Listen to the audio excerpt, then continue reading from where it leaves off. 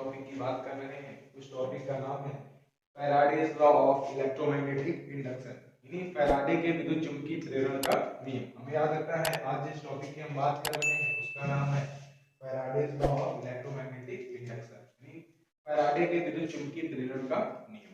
तो हम इससे पहले बात कर लें तो हमें पता होना चाहिए कि इलेक्ट्रोमैग्नेटिक इंडक्शन क्या होता है, यानी विद्युत चुंबकीय प्रेरण क्या होता है। तो हमें इस बात को याद रखना है, जब भी किसी चालक को किसी चुंबकीय क्षेत्र में क्या किया जाता है, घुमाया जाता है, या जब भी किसी कुंडली के आसपास किसी चुंबक को बार बार उसके पास ले जाए, दूर ले जाए, जैसे कॉइल है हमारे पास, कुंडली है, इसके पास एक मैग्नेट को हम बार बार लेके इसके पास आ रहे हैं फिर दूर ले जा रहे हैं, तो due to the change of magnetic flux there is a induced electromotive force generated in a coil, this phenomena is called electromagnetic induction. हमसे कोई पूछे कि विद्युत चुंबकीय प्रेरण क्या होता है, तो हम कह सकते हैं कि यदि किसी कुंडली के पास बार बार किसी चुंबक को ले आया जाए, दूर ले जाया जाए, तो चुंबकीय फ्लक्स में परिवर्तन के कारण क्या होता है, कुंडली में एक प्रेरित विद्युत वाहक बल उत्पन्न हो जाता है, जिससे कुंडली में एक प्रेरित धारा बहने लगती है। इस घटना को क्या कहते हैं हम लोग, विद्युत चुंबकीय प्रेरण कहते हैं। ये भी कह सकते हैं कि when any conductor is moving in a magnetic field,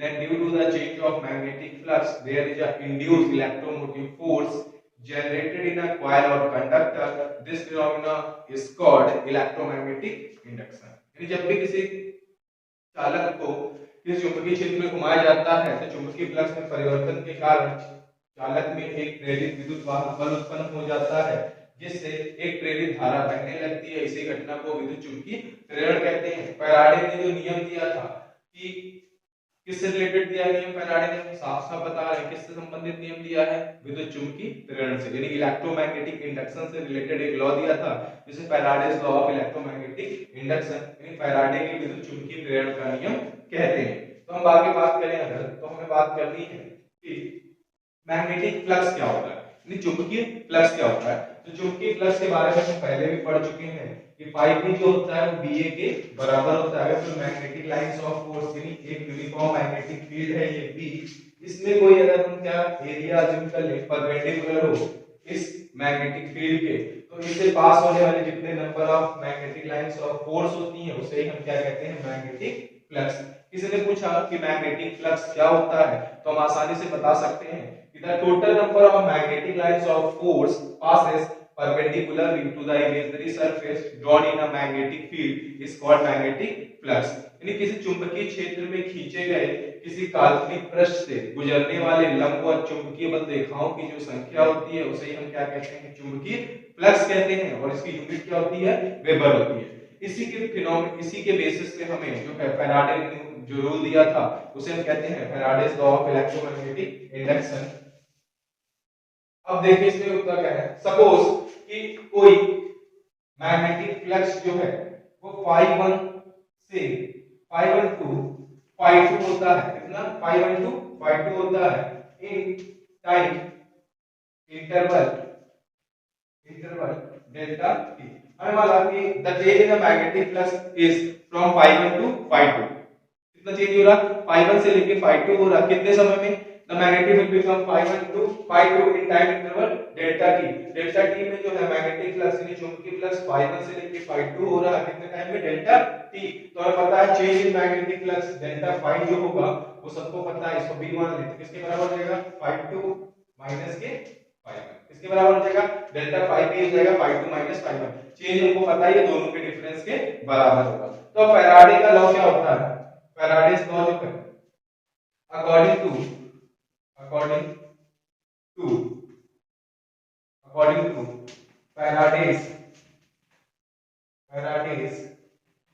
Faraday's law, Faraday के नियम से क्या होता है, फैराडे के नियम से क्या होता है, अकॉर्डिंग टू फैराडेज लॉ क्या होता है कि the induced electromotive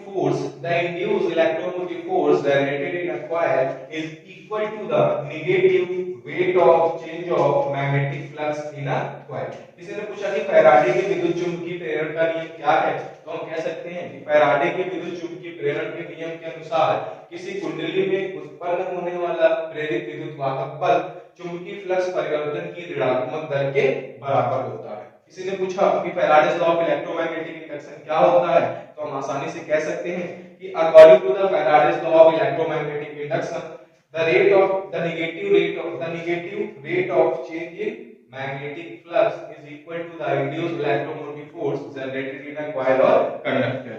यानी याद रखना किसी कुंडली में चुंबकीय फ्लक्स परिवर्तन की ऋणात्मक दर जो होता है वो कुंडली में उत्पन्न प्रेरित विद्युत बल के बराबर होता है। यही किसने बताया है? फैराडे साहब ने हमको बताया था।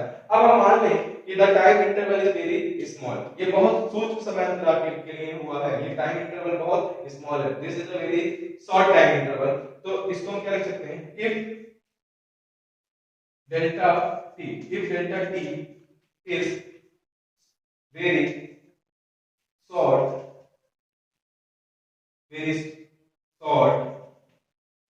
interval of time. हमको पता है जब भी शॉर्ट इंटरवल ऑफ टाइम होगा तो हमें पता है हम इंस्टेंटेनियस इलेक्ट्रोमोटिव फोर्स यानी तात्कालिक हम लोग विद्युत वाहक बल की बात कर रहे हैं। तो फैराडेज लॉ तो हमें पता ही है कि the negative rate of change of magnetic flux in a coil is equal to the induced electromotive force generated in a coil. ऐसे भी कह सकते हैं कि भाई बहुत आसान है कि जो इंड्यूस्ड इलेक्ट्रोमोटिव फोर्स है negative rate of change of magnetic flux of a coil के बराबर है। तो according to Faraday's law of electromagnetic induction, the induced electromotive force generated in a coil or conductor is equal to the negative rate of change in magnetic flux of a coil। यानी किसी कुंडली में उत्पन्न प्रेरित विद्युत वाहक बल जो होगा कुंडली में चुंबकीय फ्लक्स परिवर्तन की ऋणात्मक दर के बराबर होता है। अब बात कर लेंगे लेकिन डेल्टा टी बहुत शॉर्ट इंटरवल ऑफ टाइम है, बहुत छोटा टाइम, जैसे इंस्टेंटेनियस प्रोसेस की बात करते हैं टाइम जो है वो 1 सेकंड भी नहीं होता और 0 भी नहीं होता। बिकॉज़ अगर वो 1 सेकंड है तो हमें दिख ही जाता, नॉर्मल आई से सी कर लेते कि भाई कौन सा प्रोसेस हो रहा है, और अगर 0 है तो वो घटना घटी नहीं। तो जब टाइम की ये सिचुएशन आ जाए कि वो 0 to 1 सेकंड के बीच में लाई करे तो इस तरह के लगभग प्रोसेसेस को हम इंस्टेंटेनियस प्रोसेस यानी तात्कालिक घटना कहते हैं। तो हम देखेंगे तो यहाँ पे कुछ नहीं होगा, यहाँ पे ई लग जाएगा, ये लिमिट क्या होगा? Delta T tends to 0 delta phi b upon delta t, और इसी को हम लोग लिख सकते हैं e is equal to minus का d phi b upon dt। इसी को क्या कह सकते हैं? e is equal to minus का d phi b upon dt। e is equal to क्या है? माइनस का d phi b upon dt। अब हम लिखेंगे if n number of turns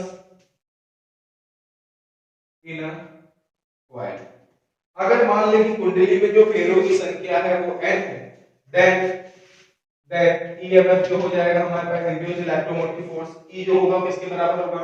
minus के n d phi b upon dt, और E is equal to कितना हो जाएगा?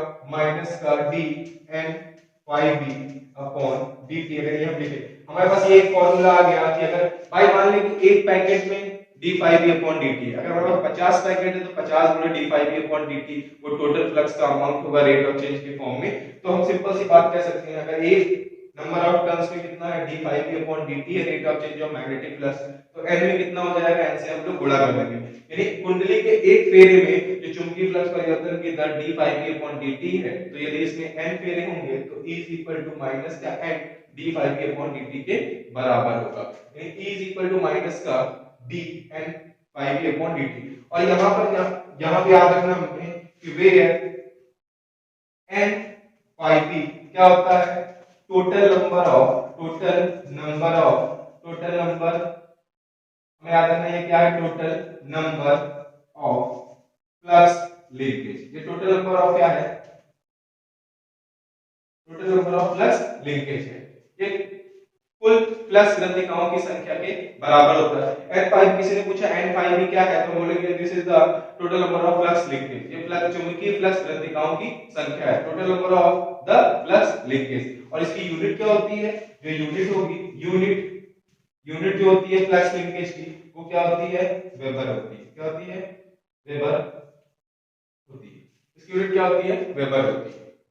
इसकी यूनिट होगी हमारे पास वेबर। याद रखना हमें वेबर टर्न, इसकी यूनिट होती है वेबर टर्न। हमें याद रखना है कि इसका जो मात्रक होता है वो वेबर टर्न होता है। तो वापस से हम आते हैं कि Faraday's law of electromagnetic induction क्या होता है। तो बोल सकते हैं कि सपोज केस हमें पता है ऐसे निकालते हैं, ये तो हमारा अलग का केस है कि phi 1 से लेके phi 2 और टाइम इंटरवल डेल्टा t में, तो delta phi b is equal to phi 2 minus का phi 1, सिंपल सी बात है। अब हमारा बात करें Faraday's law of electromagnetic induction, तो याद रखना है कि according to Faraday's law of electromagnetic induction the induced electromotive force generated in a coil or conductor is equal to the negative rate of change in magnetic flux of a coil। यानी किसी कुंडली में जो उत्पन्न होने वाला ये प्रेरित विद्युत वाहक बल होता है, कुंडली में चुंबकीय फ्लक्स परिवर्तन की ऋणात्मक दर के बराबर होता है। हमने मान लिया कि अगर टाइम बहुत छोटा हो, this is a very short interval of time, then instantaneous जो हमारा ईएमएफ यानी इंड्यूस्ड इलेक्ट्रोमोटिव फोर्स यानी विद्युत वाहक बल जो होगा, तो limit delta t tends to 0 delta y b upon delta t। हमें पता जब भी ऐसा कुछ लिखा होता तो हम d phi b upon dt लिख लेते हैं। इसके हमने इस तरह की चीजें कैलकुलस में पढ़ रखी है, निकालन शास्त्र में देखा है। तो e is equal to minus का d phi b upon dt। तो हमें याद रखना है कि अगर ये वन नंबर ऑफ टर्न्स में d phi b upon dt है, total number of turns in a coil is n, अगर कुंडली में कुल फेरों की संख्या n होगी तो e is equal to minus का जो सिंपल से आता minus d phi b upon dt था, मल्टीप्लाई होगा किससे l से। अगर एक मुर्गी का दाम 10 रुपया है तो सिंपल सी बात है 50 मुर्गी का दाम कितना हो जाएगा, 50 गुणे 10, सिंपल सी बात है। तो n is equal to d phi b upon dt, e is equal to minus का d n phi b upon dt। अब हमें याद रखना है ये जो चीज कहलाती है n phi b, इसे कहते हैं total number of flux linkage. इसे क्या कहते हैं, फ्लक्स ग्रंथिकाओं की संख्या कहते हैं, जिसकी यूनिट क्या होती है, वेबर टर्न होती है।